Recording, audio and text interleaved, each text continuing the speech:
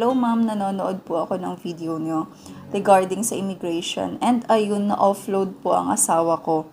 Yung slip po na binigay ng Bureau of Immigration, kailangan po ba na makumply yon? Same country na na-offload siya. Or kung halimbawa mag-tourist po siya sa ibang bansa, di na po ba hahanapin yung slip requirement sa kanya ng immigration officer? Hello po, salamat po sa comment nyo and nakakalungkot na nangyari din po yung offload sa asawa nyo. So sa pagkakaalam ko po talaga na kapag na-offload po tayo, meaning mare-record po yun sa system ng Philippine Immigration.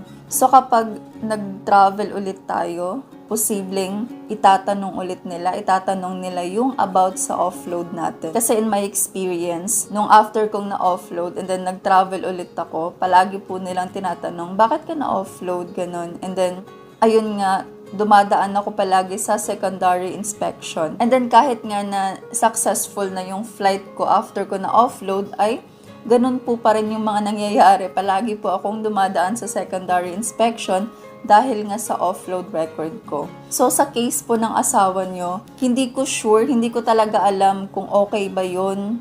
Kung for example, magta-travel siya sa ibang country naman, hindi ko alam kung ganun pa rin ba yung mga requirements na hahanapin sa kanya. Masasabi ko, very risky po talaga kasi posible na iisipin ng immigration na baka mag-cross country siya or possible din na itatanong sa kanya kung bakit hindi ka na dito magta-travel, bakit sa ibang bansa na.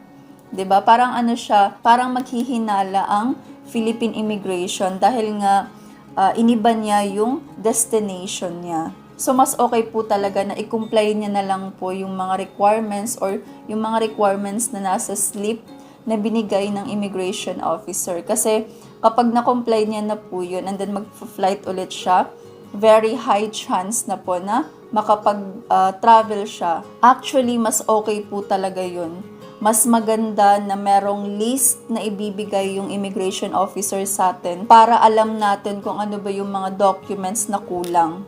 And then, wag niyo pong walain yung slip na binigay ng immigration officer kasi kapag magta-travel po ulit yung asawa niyo, ipapakita niya po yun and then kasama po yung mga requirements na nakasulat doon. And sure na sure po talaga ako na kapag na-comply po yun ng asawa niyo, makakaalis na po siya.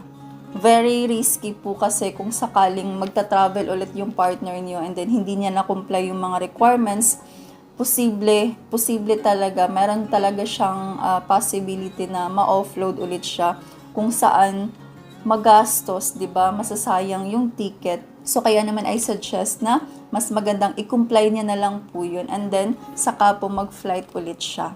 Sana nakatulong po itong video ko and kung meron pa po kayong mga questions, clarifications or suggestions, please i-comment niyo lang po. Thank you for watching. Bye-bye.